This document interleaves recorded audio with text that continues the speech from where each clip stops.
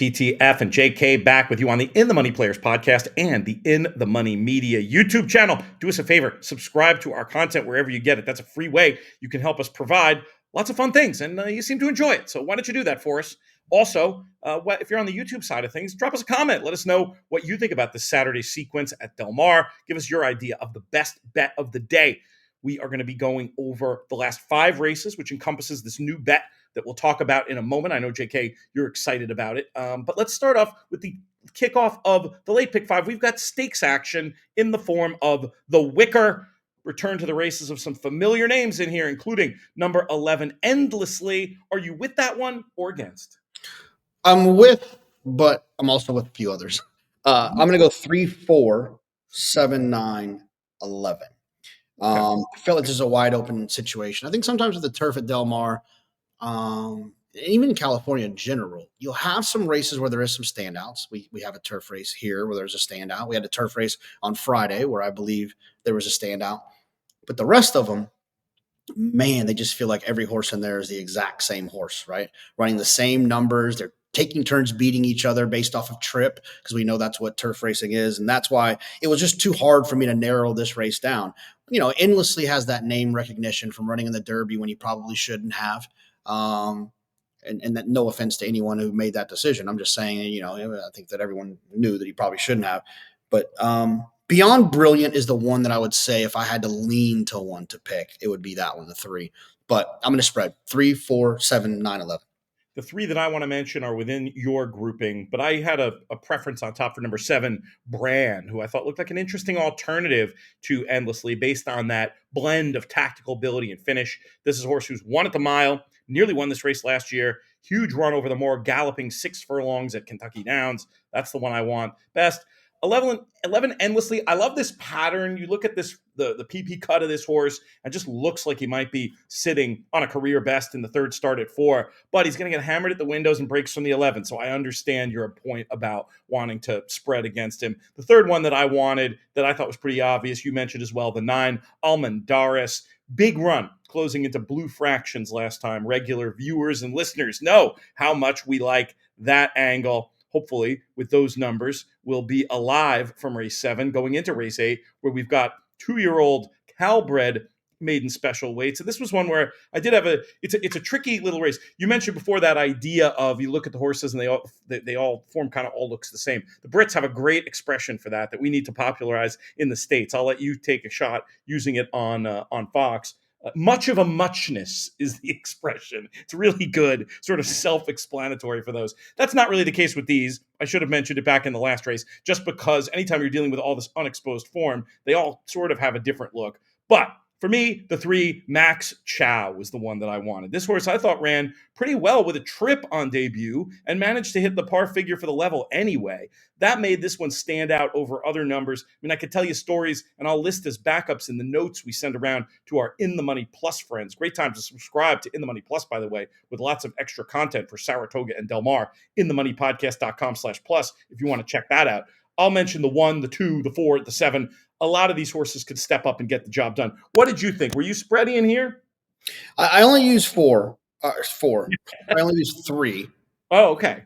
One of them is the 4.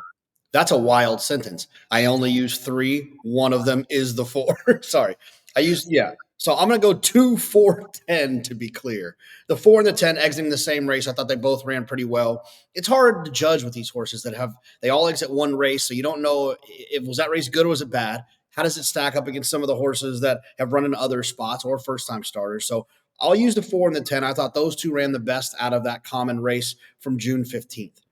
The 2 no joke Antares is one that I wanted to also use. We got a nice figure and a horse that for connections and Sean McCarthy that don't have horses that run that well first time out, you'd like to think the second time they're going to improve. Now, if they can improve off of that race, I think this horse might be okay. The tricky thing about it is, and to be frank, one of the reasons we dodged the pick 6 in here, we were a little bit more comfortable on Friday because of a horse that we both liked. California is such a clocker community. To me, it was the original of good clockers that you could trust, that can help you make good decisions.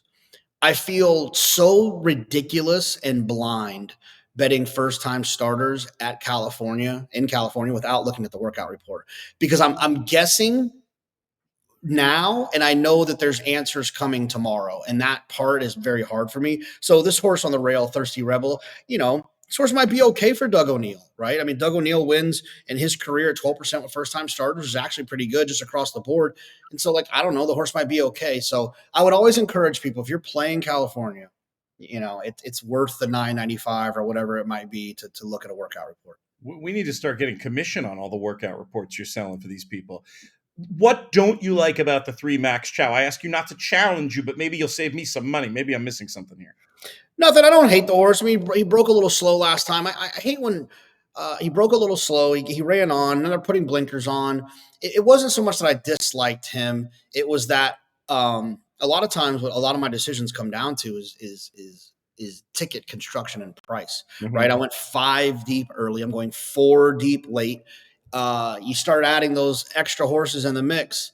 And what I've learned, and one of the things that I've been trying to focus on at Saratoga is, and I used to hear Johnny D say this all the time on Steve Dick, is you have to crack eggs. Like we have been around this game long enough to know that I can go through every single horse in this race and tell you how the horse can win because I've seen it happen before. And I think sometimes it's almost like a kryptonite where it keeps me from being able to be a strong, opinionated horse player that makes decisions and stands on those decisions. Right. A great example of it is we recorded this on Thursday. Wednesday in the nightcap at Saratoga, there was a Chad Brown horse in there that has been notoriously rank. The horse ended up rank in the race anyways, so I was feeling good because I played a pick 5, completely ignoring him, tossed the horse. Chad Brown on the grass with a favorite in a stake in New York. I know I sound crazy, and he wins. But it's like I'm okay with it. I wasn't okay with it then. I'm just okay with it now because you have to allow yourself to be willing to lose.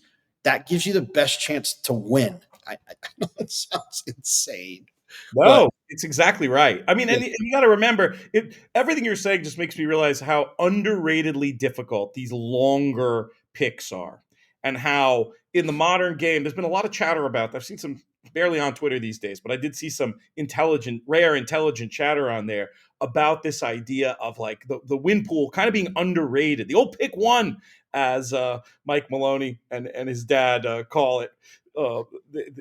It's really something to be said for keeping it simple whenever possible, and maybe just limiting these longer picks to when you really have the right opinions to make I, it. I've told you before. I have a rule that I struggle to follow because I love the game so much. And I'm on air and I'm paying attention. I'm looking at everything. I have a set of rules that I've tried to set when it comes to pick 5s, and I'll just share them really quick. When it comes to pick 5, in 3 of the 5 races, one of these things has to be true. I'm singling. I'm only using 2, or I am tossing the favorite completely. Very good. And in 3 of the races, those things have to happen. 2 of them can be whatever races. They can be all races. They can be whatever. They can be an annoying 5 deep using the favorite, whatever you want. But 3 of the races have to be either a single, 2 deep, or toss the favorite totally. And I understand that might seem like a silly, like you're just tossing the favorite, but it means that you have an opinion in the race. Correct. And that there's an assumed value there if the favorite doesn't win. So now it's a sequence in which it makes sense for you to play. And if you're singling, then you can get some multiples of your bet. If you're 2 deep, you can get some multiples of your bet. And if I can't do that in 3 of the 5 races, then I don't play the sequence. That is well worth a much longer conversation that we don't have time for now. But you mentioned about one of the key things, having strong opinions. I know you've got one, and I've got one, and probably everybody in the world has got one in the upcoming San Clemente. I'll let you make the case as to why this horse is worth pinning your colors to the mast on. Well, we'll catch up from that sidetrack that we'd had. To me, Thought Process is a horse that I was a punchline to me on Breeders' Cup Day because everyone saw her record of 3 in a row and how impressive she had been in California. And I just kept screaming about how Lake Victoria is the most easy and likely winner of the entire weekend. And she was, but Thought Process is good. She came back and ran fast, and I trust her immensely in the spot. Ice cold. Little Red Feather is going to have a good weekend, and our friends at Matakit as well. Yeah, and but mentioning Little Red Feather makes me realize I should, on one of the videos here, as in addition to on the podcast, I'd mention about the LRF Cares Charity Challenge. Great contest to appreciate and to appreciate. My mouth words are failing me here, JK. Great contest to get involved in, and money goes to charity. Go to horsetourneys.com August 2nd. Check out the LRF Cares Charity Challenge, one that I know a lot of our faithful will be involved in, but maybe some of the newer people. We know there's a lot of newer people on YouTube. Go to horsetourneys.com and check that one out. You can also feed into it. It's not expensive. It's $250 by contest standards. It's not expensive. $250. But hey, if you don't want to spend the $250, you can feed into it for short money. Go to horsetourneys.com to get much more details. I have nothing to add. Thought process to me. It's the old closer look parlance in the DRF. Had prep, look out. This horse should be sitting on a very big race, and I don't think they are fast enough to beat her. Let's move on to race number 10 on this Saturday card, where we've got an optional claimer going a mile on the dirt. What do you like in here? Yeah, this is a situation for me where I'm going to use 3 horses. I'm probably going to press up 2 of them, though, as A types. The 1 and the 4 are my A's. Okay, the 1 to secure. Not a lot to add here. This is a horse that got on the plane, went to Churchill, ran the same race as goal oriented. He was never beating goal oriented that day, but he ran well enough, and he's a horse that I think that'll probably take another step forward. The 4 better than gold, who I thought, if you look at his race 3 back, like that's the race I'm using him based on. I think he had some excuses in his last couple of starts. So if you go back to that race 3 back, he's right in the mix with Tiz Secure. And then I want to make the 10 a B horse for connections that don't win a lot, but he ran well last time, and he's run well in most of his dirt races. He's got a couple of turf races in there that kind of confuse the form, but I think he's better than he looks on paper, and he's one that I definitely want to have in the mix. I put the 8 indispensable on top. Now, I know you do have to conjure an excuse for the last race. I'm not exactly sure what it is, but maybe it was the break. Maybe it was the layoff. Before that, indispensable had some great numbers, and I think makes a lot of sense from a trip point of view here. Good trip from mid pack if he can avoid. Now I'm second guessing the sex of the horses thing. You can watch the other video for opening day to know where I'm getting that from. I think this horse, if can avoid losing too much ground under Barrios, is going to get a really good trip. I'm with you on Brazenly, actually. Just a hard-knocking sort who could be the best of these late in a race that could flow that way. An absolute potentially, well, I can't say absolute and potentially in the same sense. A definite vertical horse to potentially key.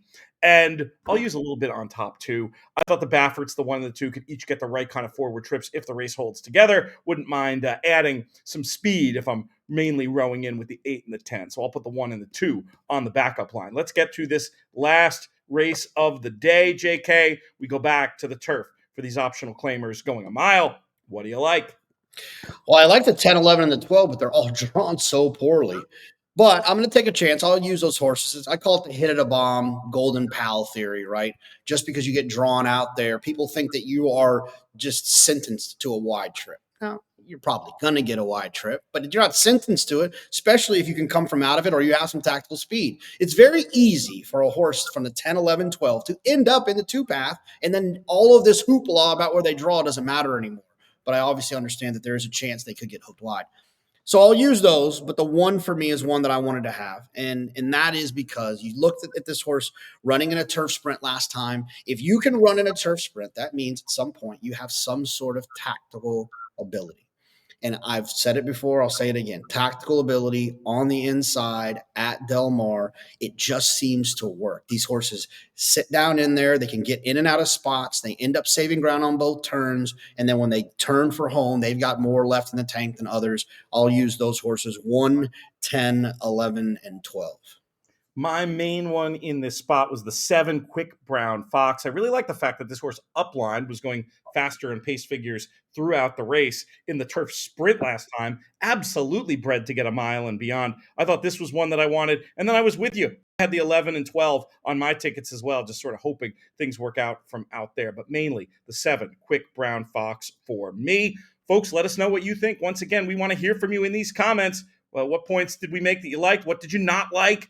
And what do you think, really, is what we want to know most of all. Thanks for subscribing to the In the Money Media YouTube channel and checking out the In the Money Players podcast wherever you get your pods.